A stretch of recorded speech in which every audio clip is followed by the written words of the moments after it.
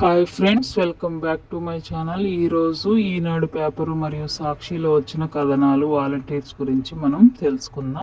CM Chandrababu Naidu గారు press మీట్లో చెప్పిన విషయం ఏంటంటే, సచివాలయ సిబ్బంది వాలంటీర్ సేవలను ఉపయోగించుకుంటున్నాం అని ప్రకటించడం జరిగింది. అలాగే సాక్షిలో వచ్చిన కథనం ఏంటో కూడా మీరు పూర్తిగా తెలుసుకోండి. అప్పుడు వాలంటీర్లు అనవసరం, ఇప్పుడు అత్యవసరం అంటూ ఒక ప్రత్యేక కథనాన్ని రాయడం జరిగింది.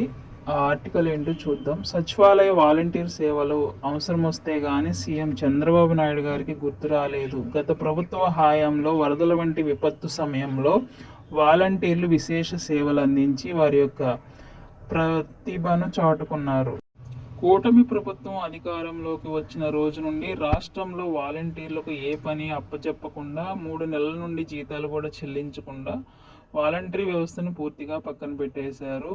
అయితే విజయవాడ సింగ్ నగర్ సమీప ప్రాంతాల్లో వరద విలయ తాండవం చేయడంతో సోమవారం రాత్రి హడావిడిగా వరద సహాయ సహకారంలో తక్షణమే పాల్గొవాలంటూ అధికారుల ద్వారా ఆదేశాలు ఇప్పించారు. ఇది కూడా కేవలం విజయవాడ ప్రాంత వాలంటీర్లకు మాత్రమే రావాలని కోరారు. కాగా ఇతర ప్రాంతాల వాలంటీర్లు విధులకు హాజరయ్యే అంశంపై ప్రభుత్వం ఇంకా ఎలాంటి నిర్ణయం తీసుకోలేదని అధికారులు అంటున్నారు. ఇది మనకి సాక్షిలో వచ్చిన కథనం. అయితే ఈనాడు పేపర్లో కూడా సీఎం చంద్రబాబు నాయుడు గారు ఒక విషయాన్ని తెలియజేశారు.